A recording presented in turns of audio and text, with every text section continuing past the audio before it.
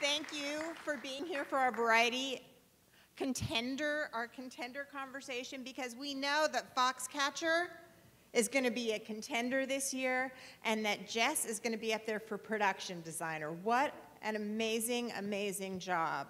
Thank you, I appreciate that. Do you have any idea who I am? Some rich guy calls you on the phone. I wanted to speak with you about what you hope to achieve. What do you hope to achieve, Mark? I want to be the best in the world. Good. What was your first discussion with Bennett Miller about what you were going to do, what was his vision and how you were going to realize it?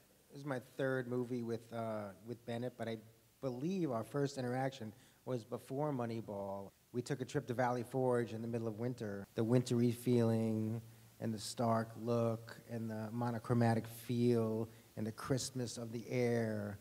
And we just looked at each other and said, this is what the movie's going to look like. You know, it's going to have its highs and its lows, and the wrestling scenes are going to have a little bit of hope and some color to them, but, you know, across the board, you know, this is what it is. Right. You want to set the whole movie up with, you know, where they're starting and where they're going to go to and where they're going to fall. So there's definitely an arc to the whole process of the look of the movie and the production design of the movie, you know? And you want to, like, do justice to the story. It's such an amazing story, and you want to, I mean, Bennett, he's an amazing, amazing passionate director. Yeah, you know, he will just, you know, torture you and rip your, you know, heart out a little bit, and that's, you know, you had to take something away from the art direction of the movie to make it good, to tell the story as it should be told, I think, you know, to be honest about it, to be real about it. Right. Because I come from the theater where we have, like, you know, 2 tin cans and a string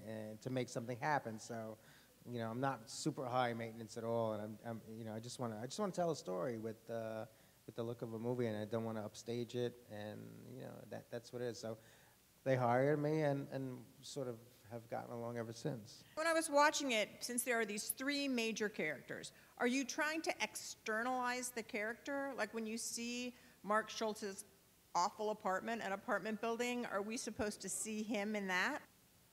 I think so, yeah. I think you're supposed to see, you know, Mark Schultz coming from this world and entering another world, and always being reminded of where he's from, and always, you know, knowing where he's gone to, and taking this incredible, you know, journey in this spiral, and you know, having a little bit of hope for him and for Mark and Dave, and it's just sort of didn't end up that way, but sort of having little spikes in the movie of some hope and some color, like when they enter the Foxcatcher gym, and it's like just eye candy, and they've created this world for these guys to be in, and It's a dream gym. yeah, it's a dream gym. They're living in a dream estate, and sort of even when Mark is like packs up all the stuff and throws his mattress out down the stairs, and he's, you know, and he's heading towards Newtown Square to the DuPont mansion, and he gets there, and there's that, you know, all this hope and you know, this journey across the country that he's supposed to be driven, and then when he gets there and he drives up, and there's this weird, like, sort of blurred out shot of him driving onto the estate, which we shot through some glasses, like, you know, sort of like foretelling of, like, it's not going to be exactly what it seems to be. It's not Oz. Yeah. What do you see that we don't? You're so busy on these things, and contrary to popular belief, you get one chance at it. It's not like, you know, I used to, you know, sort of work in the theater, and you could correct a performance, you know, throughout a run of a show. But you can't do that in a film because it's so, each shooting day is so expensive, and you cannot take anything back. It's just all about timing and, you know, figuring out, you know, doing your homework and figuring out, you know, what the best thing is to do. So, and a lot of luck, to be honest with you, you know. One of the things I'm so proud of in the movie, like the scene in all the Pensacola trials, which was sort of in that elementary auditorium with the wooden seats and the one mat, I mean, wasn't in a place like that. It was in like a big giant arena in Pensacola, Florida, you know, like a 20,000, like a Madison Square Garden type of thing.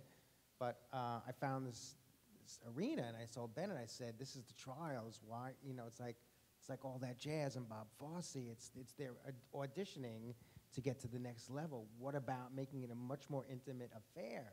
And he was like, yes, let's do that. And so, you know, it's history happening, but taking a little bit of a liberty to, you know, to make the movie a little bit better. Thank you so much for You're coming welcome. and talking to us and to Variety and to SCAD. Fabulous movie. And I'm looking forward to Hail Caesar. Thank you. Thank Thank you, everybody.